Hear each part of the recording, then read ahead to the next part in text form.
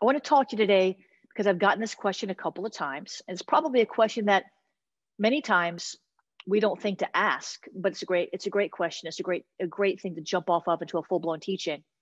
Onboarding people into a hub. Onboarding them, bringing in new people. Like, do we really want to let everybody in our prayer hub? You know, how do we know if they're a witch? I was on a particular app today. I won't name the name, although you can probably figure it out. And I was doing a spiritual warfare Q&A. And I was letting people up on the stage to ask their question. And this woman came up, and something about the look of her profile picture disturbed me. And I was like, I don't know if I want to let this lady up or not. And I clicked open her bio, and she was a witch. Literally, she was a full-blown witch, a whole witch. I'm like, you've got to be kidding me. I'm not letting you talk. So I put her back in the audience, and I didn't block her yet because I wanted to see what she'd do. But probably, look, probably you're not going to get a lot of witches trying to join your prayer hub. But we do have to, number one, we do have to vet them. So we're talking about bringing new people into our prayer hub because you're dealing with people email you. Maybe they try to join your Facebook group. Vet them. Find out who they are before you bring them in. If you can, for example, you can look at their Facebook profile. If they're a witch, you're going to see that. If they are, really worldly and they got nasty posters and nasty memes and cussing and all that, I wouldn't let them in because they probably don't know what they're getting into, and if they're living and walking in sin, they're going to pollute your prayer hub. You're not. The goal of the prayer hub is not to evangelize, although I'm not saying that you can't. But we are trying to get a pure prayer going. And, sometimes these ones will come in, they don't have good motives. They'll start disrupting your group. They're just assignments of the enemy. And so you have to be discerning about who you let in. And it's not just witches. It's not just worldly people. It could be Mormons. Several of the prayer hub leaders have said, well, the Mormons are trying to get in my group. Well, Mormons don't believe the same as we believe. They believe in another testament of Jesus Christ. They're not Christians, or they'd be called Christians. They're Mormons. And they want to get into proselytize. They want to get in to spread their error. And they don't know they're in error. They just think it's a cool thing to do. Their motive is right most of the time, but they have been taught to proselytize constantly. And that's what they'll do. They'll start trying to share about Mormonism in your group. Jehovah's Witnesses, false prophets. Or others who have some other kind of agenda. So we don't want to operate in suspicion. But we do want to operate in discernment. So before you let them in, ask them for their Facebook profile, especially if they're trying to get in your Facebook group, it's easy for you to see. Another thing you can do is it's Angela over in South Africa. She actually asks them questions before she lets them in. Now, you don't have to do this, but she does. She asks them where they heard about prayer hubs. And really, it's not like you're interrogating them. You just say, hey, well, how'd you hear about prayer hubs? Because she's trying to understand how they found her. So she understands the ways in which people are finding her prayer hub. If they can't answer that, it's probably an assignment. They should know, well, I saw it on the internet, I heard on a prayer call, I got an email, I saw it on YouTube. You might ask them where they go to church or why they're passionate about prayer. And you know what, if you have a Facebook group, and some of you don't yet because you haven't been in the system long enough, but if you have a Facebook group, you can post these questions before when they go to enter the group. You've seen this. There's a list of questions. You could ask them things like, where do you go to church? What city do you live in?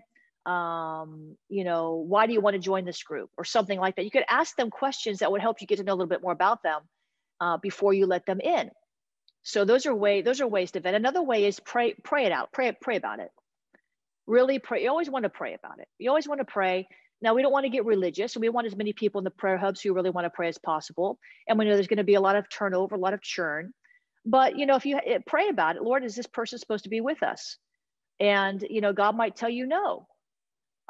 Once you let them in, because we want to onboard them properly, you see what I do with you all. We make you banners. We welcome you into the group. Let's celebrate our new prayer hub members. We offer you a super hub leader who can come alongside you and help you start your first couple prayer meetings and answer questions for you. So we create a very welcoming environment when you first come in, right? Because we value you. So when you bring a new member in, introduce them to, you don't have to make a banner, just welcome them. Facebook has a feature where it lets you welcome new members. So you just welcome them. Or, you tag them on a post and you say, hey, share a little bit about yourself, introduce yourself to the group. Let them know that you see them, right? Let them know that you see them. Let them know that you see them so they feel welcome when they join your prayer call or your Zoom. Let them know, hey, Susan just joined. Everybody welcome Susan. We're so glad to have Susan. Later on, Susan, we're going to ask you to introduce yourself after our prayer time or whatever. And what you might also want to do, and this is up to you, number 4. So number 1 is vet them. Number 2, pray about it. Number 3, introduce them to the group. Number 4, and this is up to you. This is a recommendation. This is not a law or rule. It's a suggestion. Suggest that their first meeting, they just listen in. Suggest that they just listen in. Now, you don't have to do that. If you feel like they should just go ahead and pray, you've checked them out on Facebook, you see that they're pure, maybe just suggest they listen. That's up to you. You have to pray about that.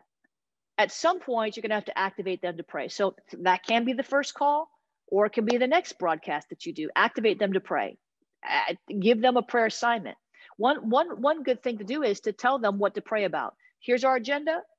And Susan, I want you to pray about such and such. And Sally, I want you to pray about such and such. And Johnny, I want you to pray about such and such. And you call them up and you tell them what to pray about. Activate them to pray. And then finally, number six, and again, we're talking about how to bring new people into the hub in terms of how to make sure that we have people who are there for the right reasons. Number 6 is monitor them. Be careful. Pay attention to what's going on in the Zoom. You can always boot somebody out of a Zoom. You can always boot somebody out. You can boot somebody out. You can boot somebody out, right? You can kick somebody out of the Facebook group, but watch what they're doing. You have to be careful, especially with the Facebook groups, that you set it up to where your administrator has to approve all posts. You cannot leave it open. If you leave it open, number 1, the disadvantage of leaving that Facebook open where people can just post without you seeing it. Number 1, you might not see it, so therefore you can't respond to it. Therefore, they think you're ignoring them. So by virtue of the fact, if you have to approve what is posted in the group, and that's in your Facebook settings, and you can contact Anthony if you can't figure that out, you're the one that approves it. So then if it's not appropriate, then you don't approve it. And if it's appropriate, you approve it, and then you go immediately and you like it or you comment while it's right there fresh in your mind. So they know that they know that you saw it. Somebody once said that somebody asked for access and they started posting inappropriate things. So you got to kick them out, or you got to not let them post those things in the first place. And sometimes you just have to ban them from the group. It's always going to happen that we have people who try to get in our prayer hubs that have wrong motives. It might not happen often, but it's bound to happen eventually. And if you put these practices in place, if you vet them, if you pray about it, if you introduce them to the group, make them feel welcome, if you monitor what they're doing and put in those safeguards, then if they do have wrong motives, you're going to find it, you're going to nip it in the bud, right? And then you're going to keep the purity and the harmony of your prayer group.